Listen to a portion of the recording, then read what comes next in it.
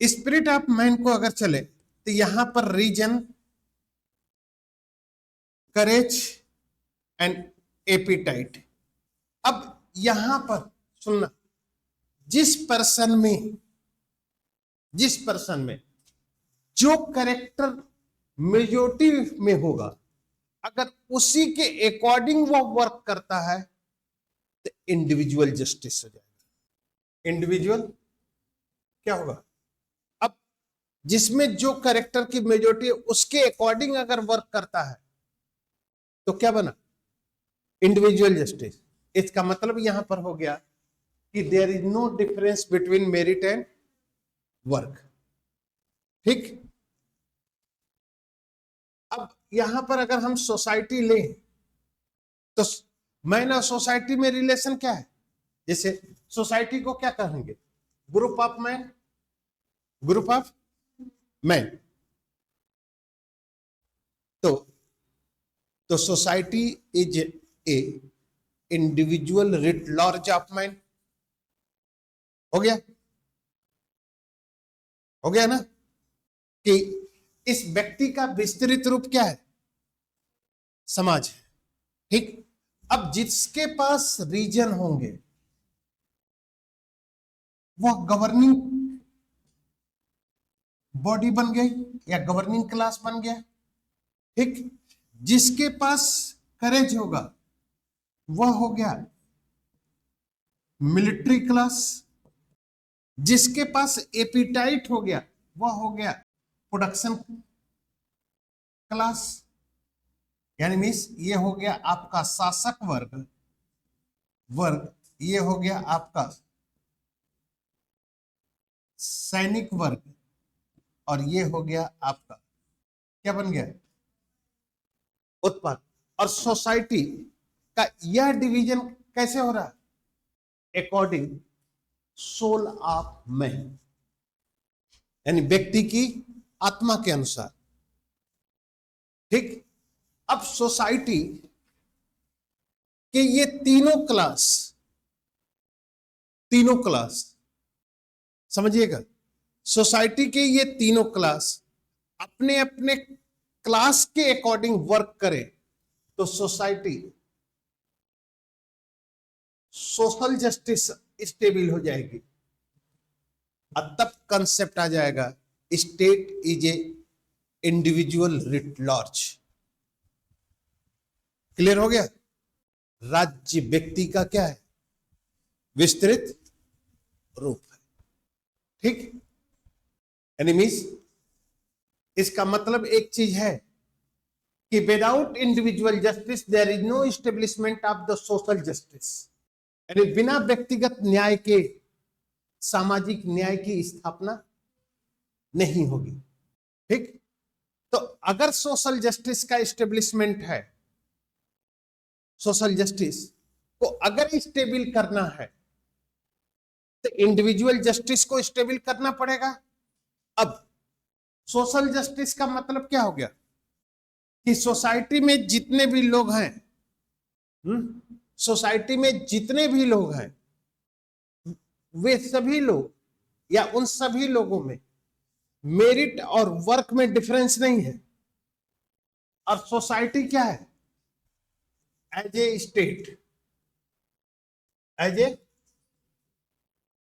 State, यानी Greek political thinker, there is no discrimination between society and state. यानी state is a society and society is a state. और इस society में रहने वाला हर person moral है तो state is A moral institution. Clear हो गया? यानी राज्य एक नैतिक संस्था है। तो राज्य नैतिक कब बनेगा? जब व्यक्ति नैतिक होगा। जैसे मान लो मिठाई मीठी तभी होगी जब उसमें मिलाई जाने वाली जितनी भी चीनी है सभी चीनी मीठी हो। समझ रहे हो? और उसी चीनी में 10 दाना 10 पार्टिकल्स नमक के निकाल के मिला दो कि चीनी तो है, सफेद ही है, मीठा होगा? तो ये दोनों क्वेश्चन आपसे पूछे जाते हैं। State is a individual writ large, लिख लो कहीं। राज्य व्यक्ति का विस्तृत रूप है, यानी state is a individual writ large. Clear? इसके नीचे कमेंट लिख लो तुम लोग, या कमेंट मत लिखो, हिंट लिखो, यानी लिखने का प्रयास करना तुम लोग। Without individual justice there is no establishment of the social justice. तुम लोग को बिना व्यक्तिगत न्याय के सामाजिक न्याय की स्थापना नहीं होगी।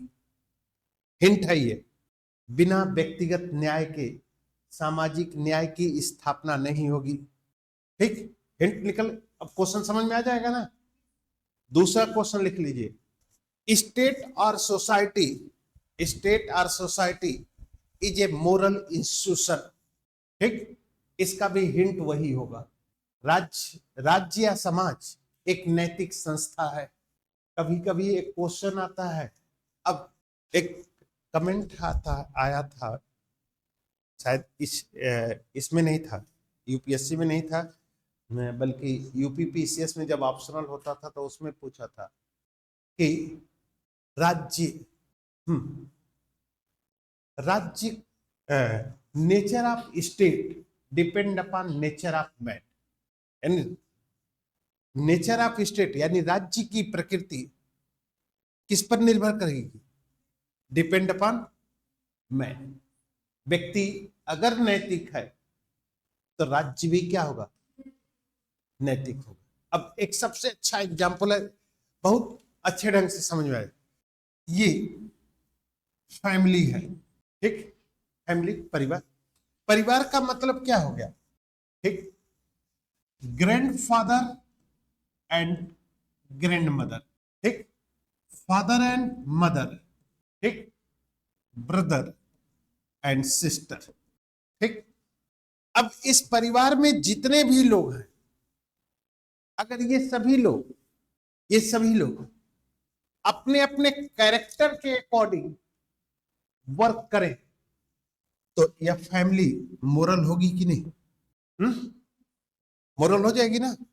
अब यहीं पर अगर ब्रदर का रोल ना करे, सिस्टर का रोल ना करे, फादर एंड मदर का रोल ना करे, and grandfather and grand mother अपना रोल ना करे, तो इस परिवार का मोरल डेवलपमेंट होगा?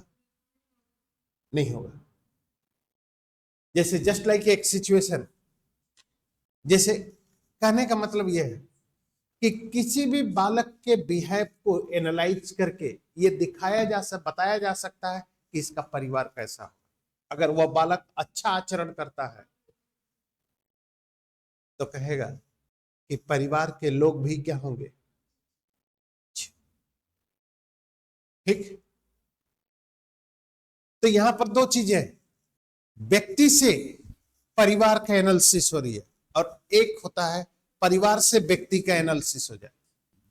ये पता चल जाए कि ये लड़का कलाम साहब के घर का, तो उसके तुम्हारे मस्तिष्क में उसके प्रति इज्जत बढ़ जाएगी, मोरल इंफॉर्मेशन आ जाएगा, क्योंकि आपके मन में कलाम साहब को लेकर क्या है कि नहीं? तो ये अगर इस सिचुएशन, तो यही यहां पर है। प्लेटो इंडिविजुअल यानी सिंगल से लार्ज के तरफ जाता है, अरिस्टोटल लार्ज से सिंगल के तरफ आता है।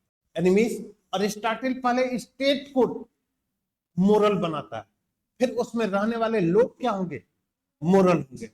प्लेटो क्या कहता है? पहले व्यक्ति को क्या करना चाहता है? मोरल बनाता है, और उस व्यक्ति से जो इंस्टीट्यूशन बनेगा वह इंस्टीट्यूशन कैसा होगा? ठीक, कोई ये नहीं है, प्लेटो और अरिस्टोटल में यही डिफरेंस है। इसलिए एक चीज ध्यान रखिएगा कि दो चीजें हैं, एक आईपीजी और दूसरा डीजीपी।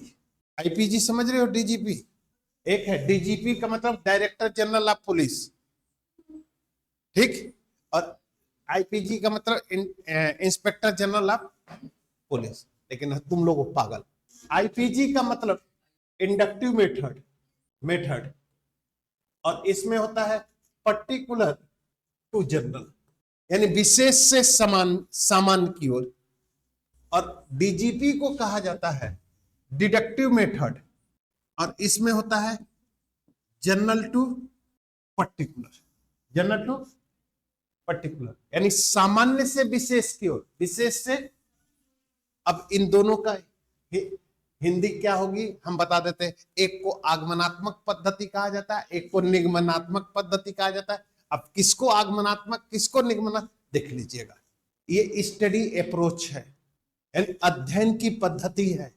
जैसे जैसे अच्छा सुन लो जी, मोबाइल फैक्ट्री में, ठीक, जो मोबाइल बनती है उसका अप्रोच क्या है। जो उस मोबाइल को तुम खरीदते हो और उसमें कोई डिफेक्ट आता है तब जाके तुम बनवाते हो, उसका अप्रोच क्या है। मोबाइल फैक्ट्री में जब मोबाइल बनेगा तो कई पार्ट्स को मिलाया जाएगा, तो वहां जनरल टू पर्टिकुलर होगा, यानी छोटे छोटे पार्ट होंगे, उसको मिलाएंगे तो एक पार्ट बनेगा, तो वहां पर क्या होगा, जनरल टू पर्टिकुलर। अब तुम्हारे पास जो मोबाइल है वो पर्टिकुलर है, उसमें कोई पार्ट बिगड़ गया तो वहां पर पर्टिकुलर टू जनरल, यही तो मेथड है, काम वही है। एनिमीज पहले मिठाई को देख लें, उसके बाद एनालाइज करें कि मिठाई कितने पार्टिकल से बना है, उसको एनालाइज करें। या दूसरा ये कहें कि पहले पार्टिकल को एनालाइज करें और जिससे कि मिठाई बनती है, उसके बाद मिठाई का अध्ययन करें। पहले मिठाई का अध्ययन करें, उसके बाद तो पहले सब्जी को दिखा देना, उसके बाद तो सभी सब्जी में जितने चीज बनी है पानी से धो के अलग कर लेना, फिर ले जाके मंडी में बेच देना सब्जी को।